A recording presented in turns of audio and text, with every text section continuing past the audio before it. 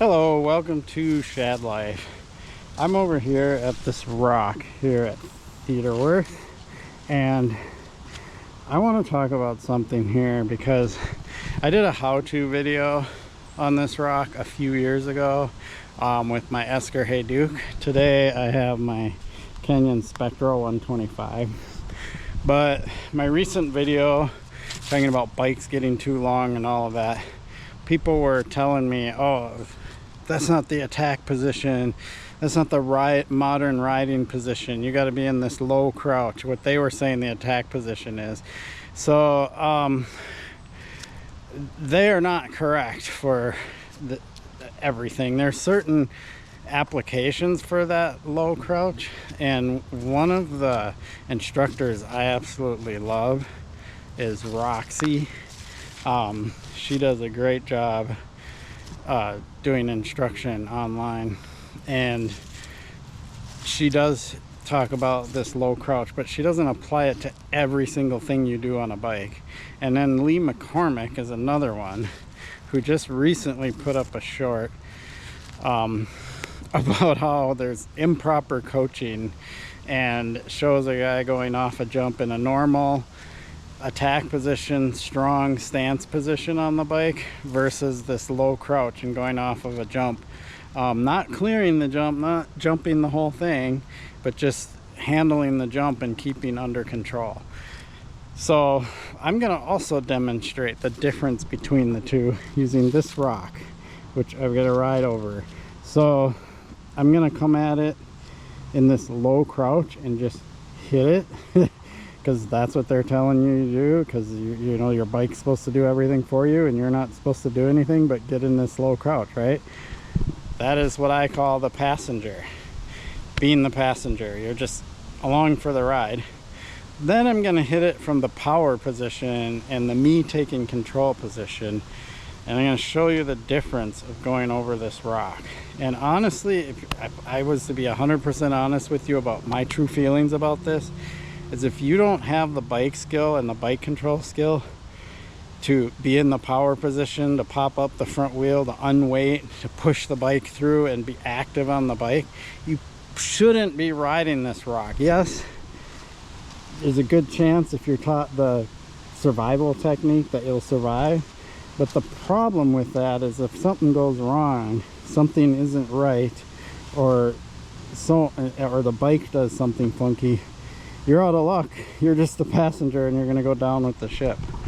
So that's why I don't believe in teaching survival on the mountain bike. I believe teaching how to control and handle the mountain bike for different situations. And again, I'll say it, that low crouch does happen in application, and I'll actually show that to you later on the trail here with that steep drop bridge thing. That is where the low crouch is nice, where you have your basically your back is almost perpendicular to the ground and you got your elbows bent, your knees bent. You know, for that like steep drop, that's when you need that position but not for stuff like this and for jumps and all these other things. So let's get to it. So this is the low crouch. You can see it. Oh, that just sounded nasty. And so I basically just didn't do anything. I just ran into the rock and went over it, and it worked, right? Now that worked, but there were a few things I noticed. One, my front wheel just hit that, you could hear it, and it just was like, ugh, right? And just impacted the front slope of this. After that, like once I got up onto the rock, everything was fine. Well, the reason why everything was fine was because I was in that low crouch and it would allow me to pitch the bike forward and roll down the back side of the rock. But it was that initial part of the rock that was really gnarly. But I can't, from that low crouch position, you don't have control over the bike. You can't pull up the front end and things like that. I'm going to do this from the power position, or from what I call the attack position. and you'll see a very big difference in how I hit this rock.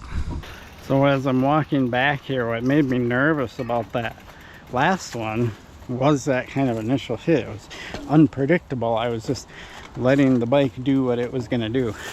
Now notice the difference on this one, and you'll see from the side cam.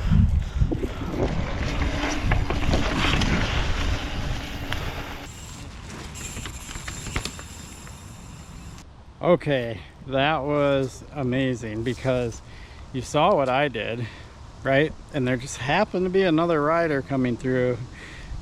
No idea who it was. And he powered over the rock too.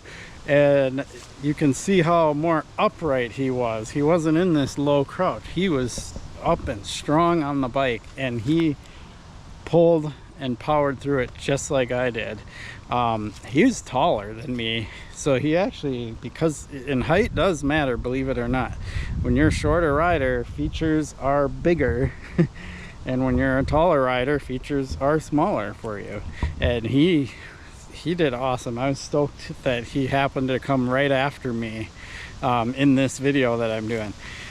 That is the correct way to approach things.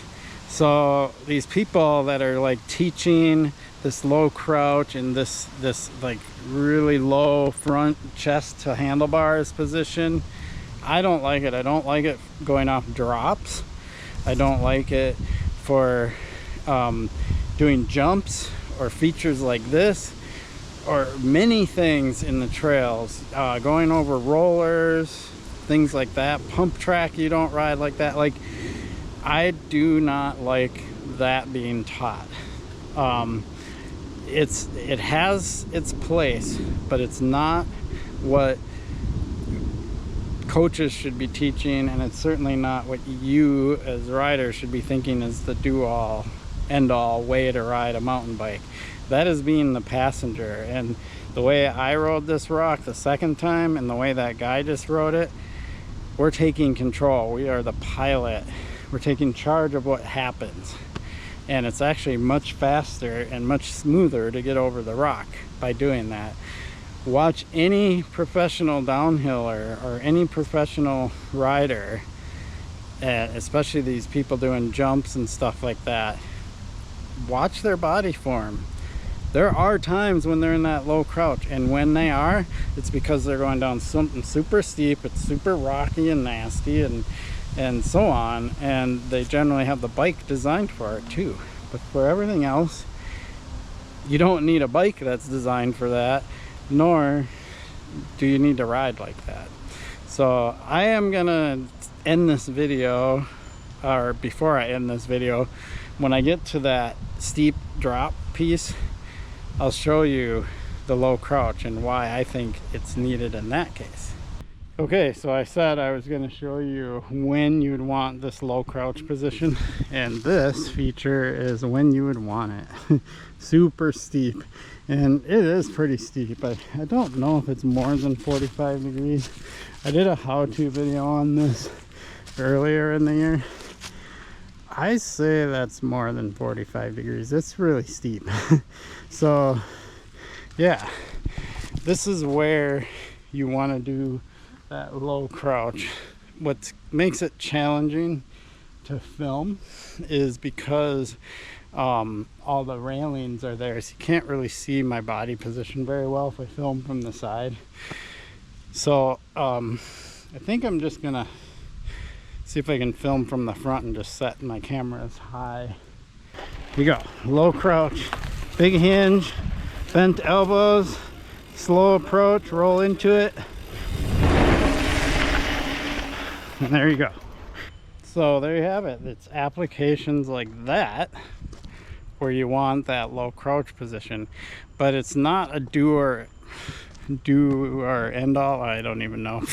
It's not like the solution for everything you're trying to do on your mountain bike.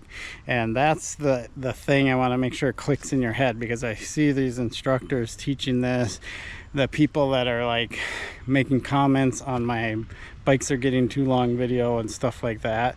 And it's like, no, John was going over you know, jumps and rollers and stuff. You don't do the low crouch for rollers and jumps and stuff like that. You want to stand in your strong power position, and you're definitely more upright in that situation.